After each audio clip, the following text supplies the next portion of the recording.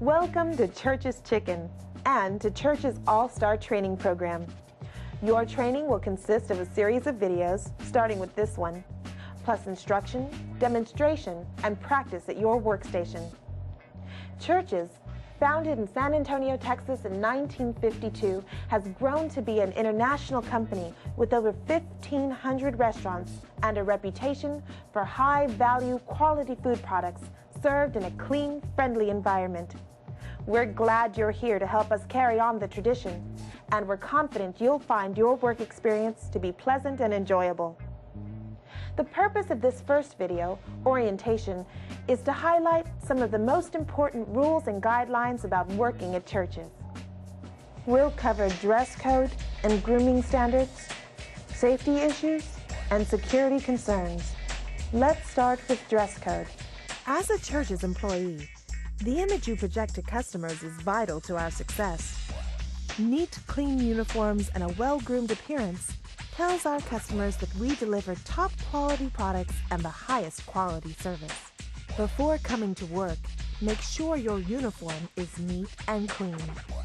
Check for soil spots and rips or tears.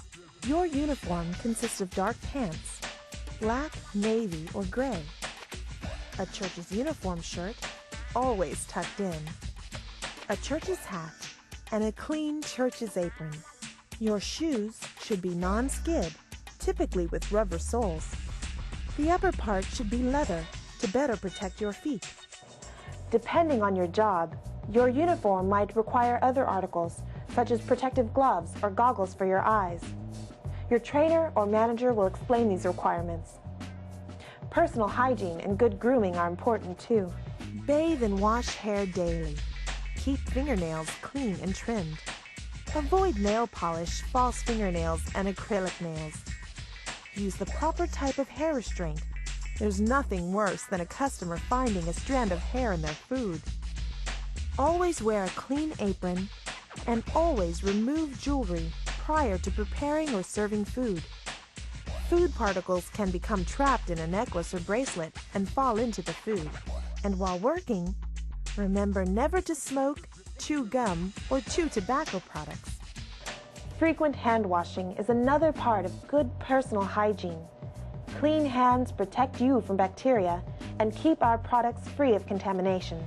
Always wash your hands when starting work, whenever touching something that might contaminate your hands, before and after handling raw food products, after coughing or sneezing, after using the restroom, after eating or drinking or chewing gum, after smoking or using chewing tobacco, after touching your hair or face, after handling trash, after picking up anything from the floor, after using any cleaning, polishing, or sanitizing chemical, after clearing tables and bussing dirty trays, and after dressing a cut or burn. Believe it or not, there's a right way and a lot of wrong ways to wash your hands. Here's the right way. First, wet your hands and exposed arms with warm running water. Apply the soap and wash your hands, rubbing them together for at least 20 seconds. Be sure to scrub under and around fingernails with a fingernail brush. Thoroughly rinse with running water to remove all the soap. Use a paper towel to dry your hands and arms. If your job involves preparing food products, you'll be required to wear disposable gloves like these. Be sure to replace your gloves whenever needed. Replace gloves if they are torn, if they are dirty, after wearing them for 3 to 4 hours, and replace them whenever you leave your workstation. Safety is another important concern at churches. It's everyone's job to make sure we maintain a safe restaurant for employees and customers alike.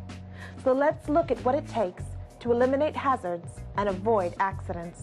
When opening cases, always use a box cutter and cut away from your body.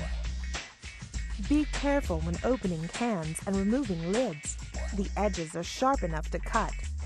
Be sure you've been trained on the proper way to use all the equipment in the restaurant before you try to use it.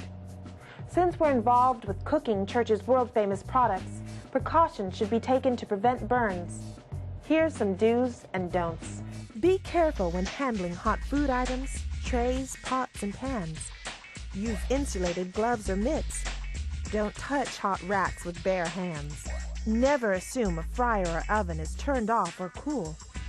Always check first before touching. Don't overfill fryers. Watch out for grease splatters and allow the hot oil to drain from foods before handling. Filter and dispose of cooking oil properly. And always use the approved safety equipment like insulated gloves, heavy aprons, and eye goggles. Be careful when boiling products. Avoid burns caused by steam and pouring liquids. Be careful when hands and arms are near heat lamps or under heating elements.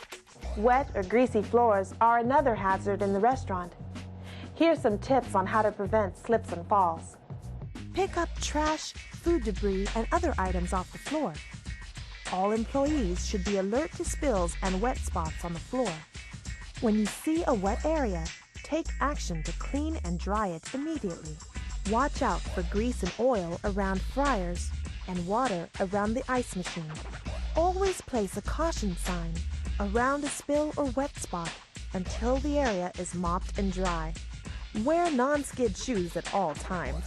And be alert to hazards due to rain and snow when customers can track in water and ice, leaving entrance areas wet and slippery. Lifting and moving heavy objects is another potential hazard. To help avoid back injury, stretch before lifting. Lift with your legs, not your back. Bend at the knees rather than bending over with your back. When lifting and walking, keep your neck and back straight. Move your feet to change direction. Don't twist at the waist. Have a clear view ahead when carrying objects to avoid running into or tripping over hazards in your path. Finally, be careful when using a ladder. Make sure it's stable and set firmly. Now let's look at some restaurant security measures. We want everyone at churches to feel comfortable. That's why security is a top priority at every church's restaurant. Here are some things to look for and act on to help protect employees, customers, and our business from harmful and possible criminal actions. When arriving for work prior to opening, park away from the building close to the street. If you walk to work, wait near the street. Do not approach the front door until a manager arrives. This is a precaution in case someone has broken into the restaurant. Wait for the manager's okay before approaching the building. The back door is how would-be robbers often try to enter a restaurant. That's why the back door must be locked at all times. It is only opened when deliveries arrive. The door may only be opened by a manager after the manager has identified the delivery person at the front counter. At and after closing time, be alert to any suspicious or unusual conditions around the doors, in front of the building, and in the parking lot. Report anything suspicious to a manager. After dark, never go outside alone. Always look around the building when leaving, and be alert to any unknown people or cars in the parking lot. And always leave as a group. Those simple steps will go a long way in keeping everyone safe and secure. But there are situations you should be aware of. One is robbery.